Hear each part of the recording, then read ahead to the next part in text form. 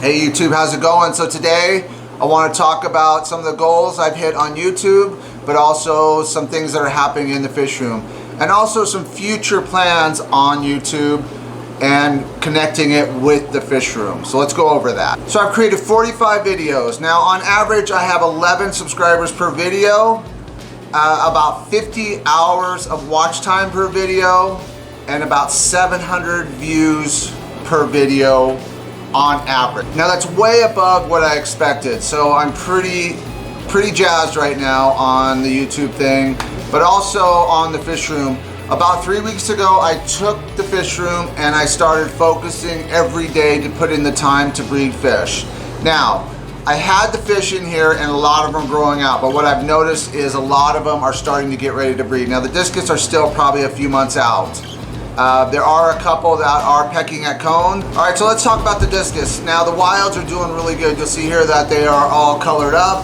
Now they still are in quarantine. Now I'm gonna put these guys through a 90-day quarantine just to be sure that they're totally cleaned out. I don't want them affecting anything or bringing anything outside in. So they will go through the 90-day quarantine, and that's standard as far as wild fish for me. All right, some of the fry that are in my rooms, you see these super red bushy nose. There's about 25 fry in here.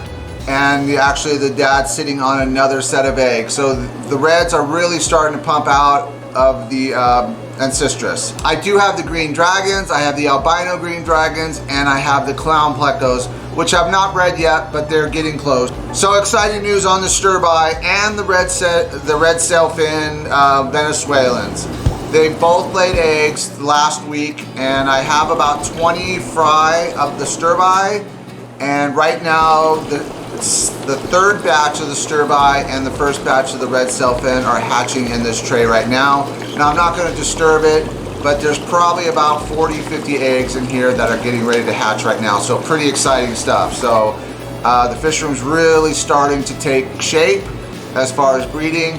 Now I want to talk about patience. You guys, we have to be patient when we get fish in order to breed them. We can't just think we're going to put them in a tank, they're going to breed. First of all, they got to be fed correctly.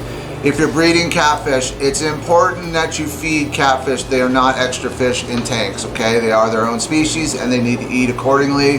One thing I do to condition the catfish is feed real heavy. Now I feed insane amounts of food to catfish. It's the only way you're gonna get them ready, because you gotta figure in the wild they're scavengers and they're eating all day long. So obviously as hobbyists, we can't feed those catfish all day long, so we need to really pump up that food.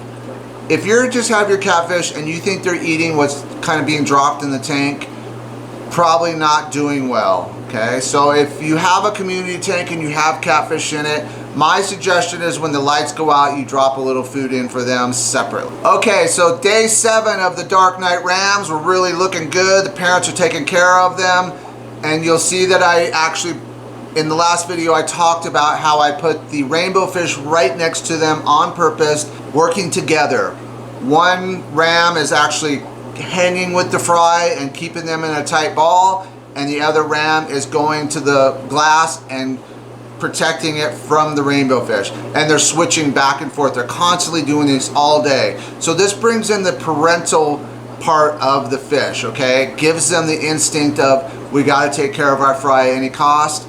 And you really have to concentrate on feeding the parents, okay? Don't just try to feed the fry. The fry are eating about 4 to 5 times a day baby brine shrimp, crushed up food as far as spirulinas and the discus pellets ground up, and they're also eating microworms and vinegar eels. Now on the microworms and vinegar eels, that was their first food, really, their first live foods to get them stimulated, but now I'm backing off. I'm feeding that maybe once a day, or now I'll start going every other day, and then within about a week, I'll probably stop feeding the microworms and the vinegar eels totally. All right, so my Gary Lang Bozeman eyes, they are looking good. These are the adults, and I have about 30 fry. Now, I did breed these fry to sell, but the problem with the rainbow fish is they take a ton of time to grow out.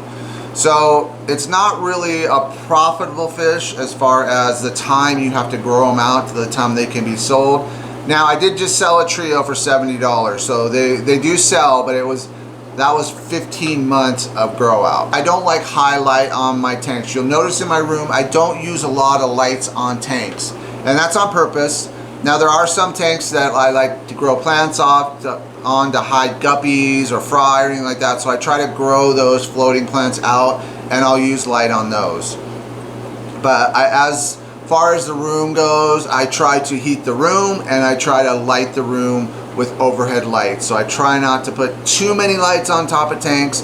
Now certain species and certain things I do put lights on, but I'm always moving those around as those fish get moved throughout my fish room. All right, as far as YouTube, if you're still watching this video, then you know you're probably one of my subscribers or you're interested in what I do here.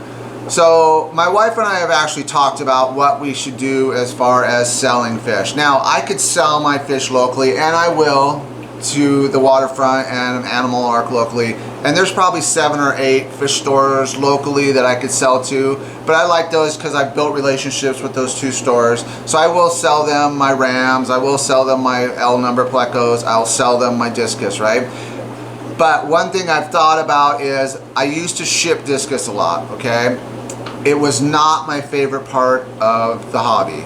It actually, I think it's one of the reasons I got out of the hobby, because this was the 90s, and not that the practices weren't as good, because I really took care in shipping my fish, but it just kind of seemed like I was dealing with random people, and kind of towards the end I just stopped shipping, and then I only sold fish clubs and stuff like that at fish stores. So one thing I'm thinking about as far as YouTube is maybe doing a small membership and then selling my fish, shipping my fish around the United States at wholesale or below wholesale. Now I'm not doing this for the money, okay? I have a couple businesses, I make really good money. I do this because I love it, all right? But the last thing I want to do is get back to the point where I don't love it. I put a ton of hard work into learning it from great breeders and stuff like that, and just getting information. I have 4 notebooks full of notes that is all mostly failures, and that's how I learned. And actually I read those notes, and that's how I came up with the ram and the rainbow fish, as far as, you know, parental instincts and stuff like that, because I went back and read some notes and I did it, and it seems to be working. Now that's not to say that's what made it happen, but it's probably just another factor that may help them realize, you know, hey, we're parents here, let's take care of these fry. Now we're only on day 7, so it could still go south. They could eat, but the babies are eating brine shrimp. Now I could pull them, okay?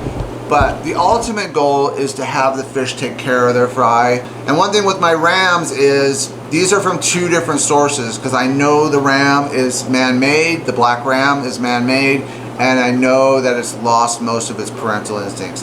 Now, if in the comments, if you guys know someone that's breeding these midnight rams, dark rams, black rams, whatever you want to call them, if you know somebody that's breeding them and keeping them with their fish, will you let me know?